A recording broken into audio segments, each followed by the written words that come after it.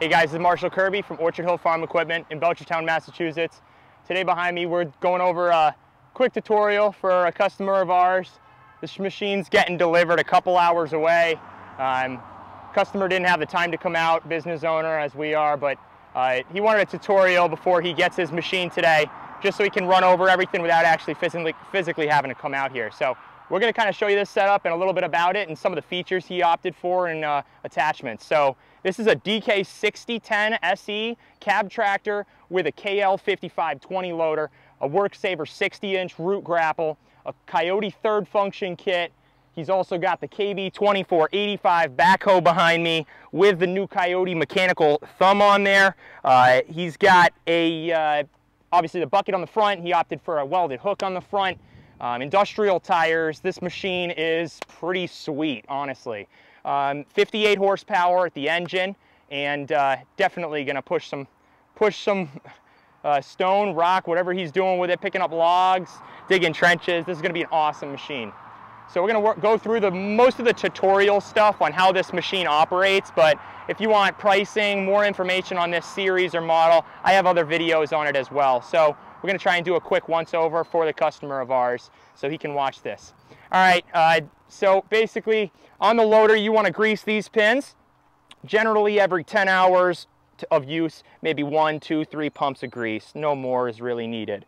You're going to have a grease fitting on both hubs, so I'm going to point that grease fitting out there on each side of the tractor. One on this side, one on the other. The other grease fitting is in the center point of this front axle, which we're not going to see in the video, but it's where the front axle teeters, you know, and there's going to be one in the front and the back of that. All right, air pressure in the tires. The pressure's good right now. You should not need to adjust it too much for a while, but if you do, the pressure ratings are on the sidewall as any tire. In the rears, he decided to get these tires loaded.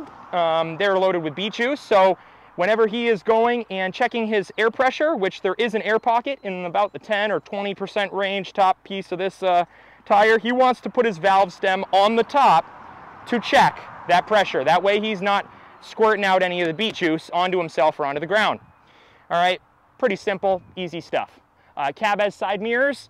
He wants to check these filters, these cab filters on each side. There's 2 of them. He wants to clean these out. Generally, I would say in a dusty scenario like today, you'll see pollen everywhere, dust in the dirt. You want to check those things just like an air filter on a car. They're going to get dirtied up and you want to clean them out. It's going to help clean the airflow of everything going inside the cab for you. All right, fuel tank down here, easy access. Great idea to put some 911 if you need to start this thing in the wintertime and you're having trouble. 911 can help, power service. But the normal power service anti-gel or any anti-gel winterizer is a great stabilizer for the diesel fuel here in New England. So I would suggest, I know he's familiar with diesel equipment, so he'll know that off the bat, to run a little bit of that stabilizer, especially in the wintertime.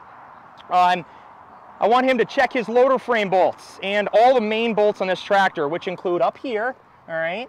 There's another few in back here, and then there's some framing that goes to the bottom end and then goes all the way to the rear end. All right, I want him to check all those bolts. Generally, every 20 hours, 50 hours, good idea to just make sure they're snug. Next, you want to check these bolts on his rims, front and back. Great idea. Just like a truck or a car, you don't want a wheel coming off when you're operating it. Wouldn't be happy with yourself there. You want to check these main bolts on the backhoe and the rear end. So some of the rear end bolts right there. All right, pretty self-explanatory. All right, we're going to come to the front, go over a little bit more in the front here, and then we'll work our way to the back. If you ever want to take off your loader, go to YouTube. I have a full video on taking off a similar loader to this. You drop the kickstands down on both sides, pull your pin out right here, and disconnect your hydraulic lines. Make sure you have the bucket on when you do so. All right, pretty self-explanatory, not too hard to do. Once you watch the video, you'll be more than, able to do it. When he's opening his hood, on the other side there is a little pull tab for opening up the hood. I'll show you where that is right now. That is right here. So you're going to undo that, and then your hood's going to come up. All right, that hood's going to come up pretty fast, so watch yourself there. You do normally fold this forward, which you do so by pulling these out and turning and folding it forward. Watch out for any hydraulic lines or anything in the way, and then you can open up your hood. But this does not need to come down every single time. Donaldson air filter, you want to check up on that. Like I said, an air filter on a car, clean it out, keep it clean. Interstate battery down there, easy. If you do need to change it, you do have to unbolt 2 bolts and take out part of the bottom pan there, right there, to get that battery out. But you can reach the terminals without doing that, of course. There's a screen on the radiator, which is just sitting on a hinge here. You want to pull that hinge, you want to pull it up and then slide it out, and then you can get at your radiator and clean that out. It's on some hinges in there and it slides right out.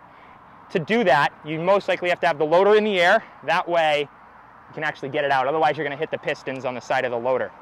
I'm going to come around there and show you some more stuff. Other grease fittings on the Grapple, there's a couple. One on each side, this side and the other side. And then that's pretty much it for the Grapple grease fittings. There's a grease fitting on both quick attach levers by the bottom of the ground. Good idea, once you get some use in there, grease those fittings up as well. Of course, this is important right here, greasing these guys, because these are down by the dirt, going to get really dirty, as well as all the other loader bolts. All right, let's go over some oil checking on this tractor. We got a front axle right here, and you want to check that oil generally. I'd say, I don't know, it depends on the person, how much you're using it, but I would do it every 2 or 3 times I use it just to be safe. It only takes 2 seconds. So you just want to take it out, get a little oil on your hand, and generally make sure it's within the bottom inch, usually closer to the top of that bottom inch, but that'll do. Always check the fluids on flat ground or you're not going to get a correct rating. Of course, that's pretty self-explanatory. Engine oil filter right here. Engine oil change. There is a fill cap right here on the side, kind of inward. Right there, you can move this line out of the way to get at it. I suggest getting a very skinny funnel. Makes life 100 times easier when doing an engine oil change on this. Fuel filter right here. This is something he's going to want to change, especially in New England, probably every year or every other year. It is a full canister fuel filter. He will be changing this whole thing. It is not a cartridge. When he changes it, he has to unplug a piece from the bottom, and then he physically takes it off, has the tractor off, of course, and then screws a new one back on. I would fill it up about halfway with fuel, good idea. Screws it back on, and then has a self-primer. Prime that guy maybe 5 times. And then start up your tractor, and generally it'll turn over for maybe 20, 30 seconds, and all the fuel will go through all the lines, you'll be good. She'll fire right up. All right. Throttle cable is right in back of where this fuel filter is right there. So if you ever have throttling issues, check that out. All right, I'm going to tell him and everybody else on this model and a lot of turbocharged models, there is a system on this tractor where if you start it up and the engine is already revved up before you start it, and then you turn it down, the tractor, needless to say, the tractor won't start at full rev generally on this model.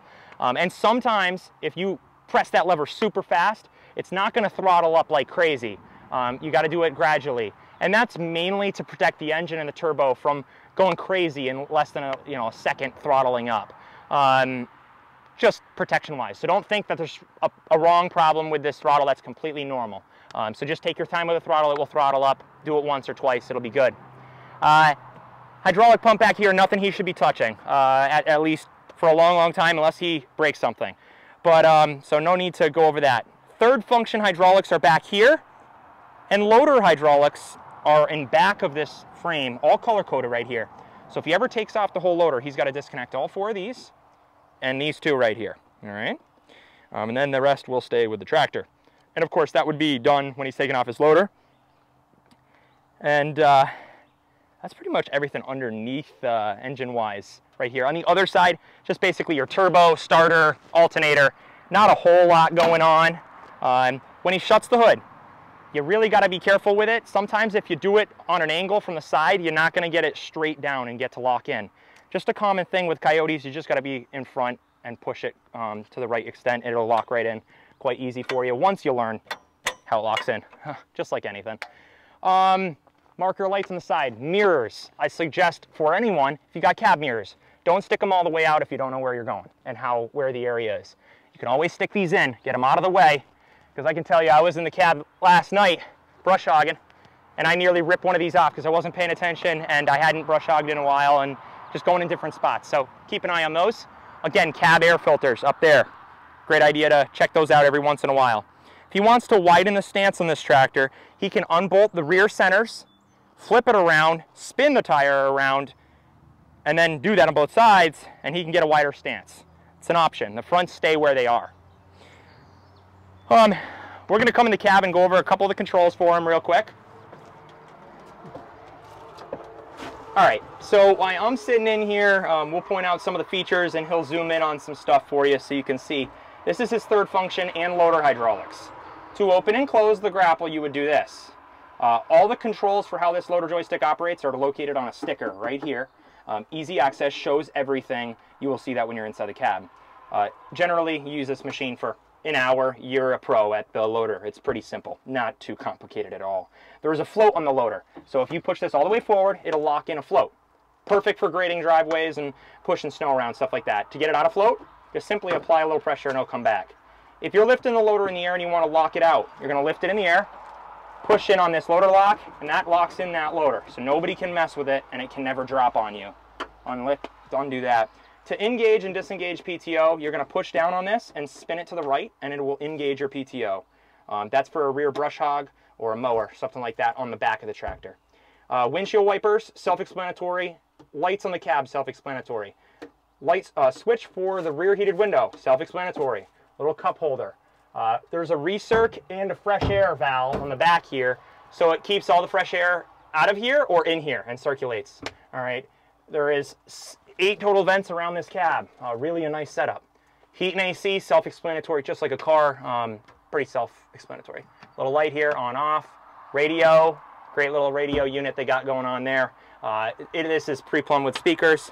Over here, you want to have it clicked on stereo if you're using the radio. If you're not using the radio, you can click it on aux, and that would allow you to plug in an aux cord here.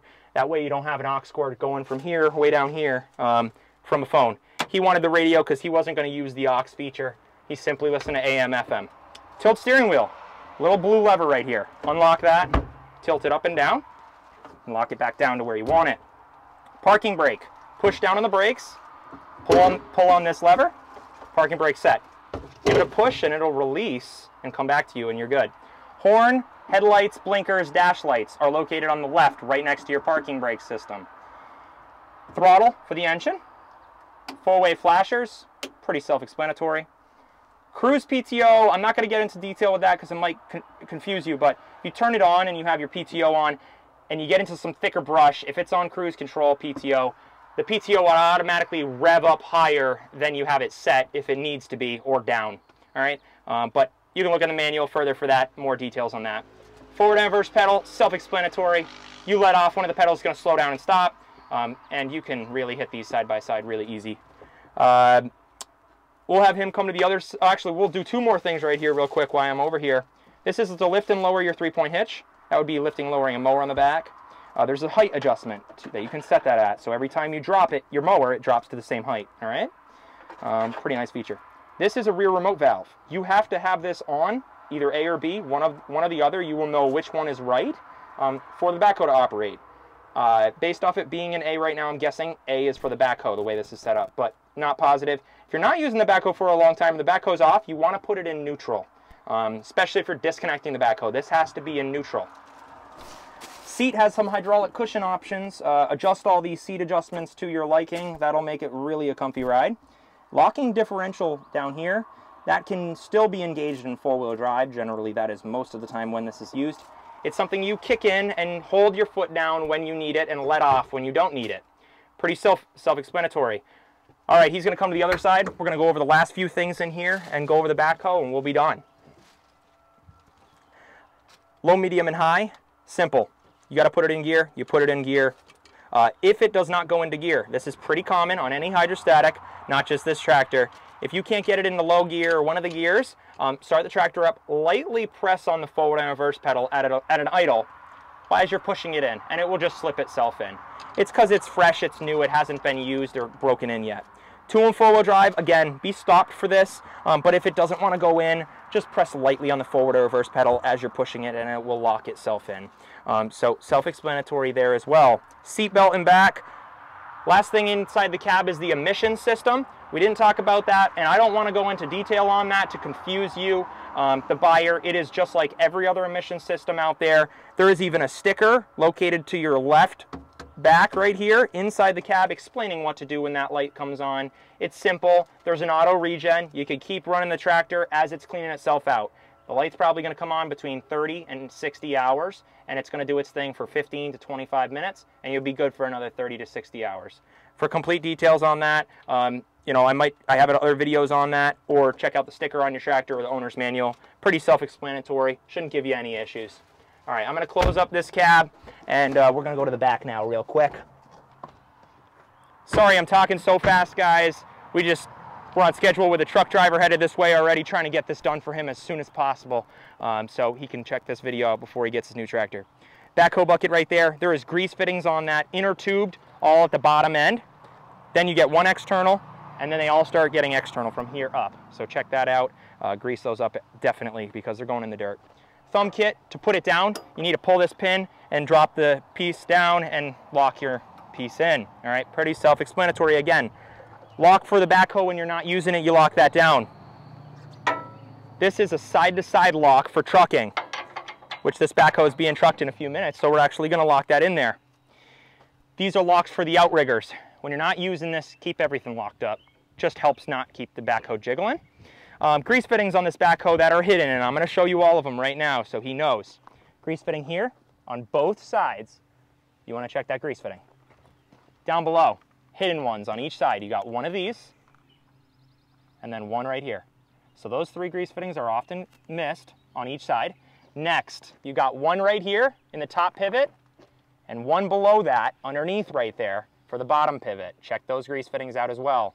And of course, pretty much on any pin on these backhoes or outriggers, there are grease fittings. Grease them up. We'll come over here. When the tractor's on, you can lift and lower your brush hog really easy.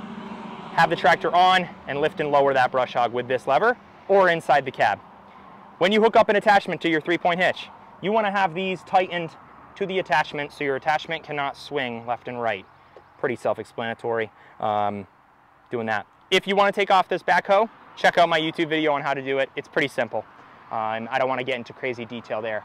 Little toolbox back here, windshield washer fluid over there, and sitting up here on the backhoe, there's some, you can unbolt the seat and move it back and forth, but there is a toolbox in your way, so just be cautious of that.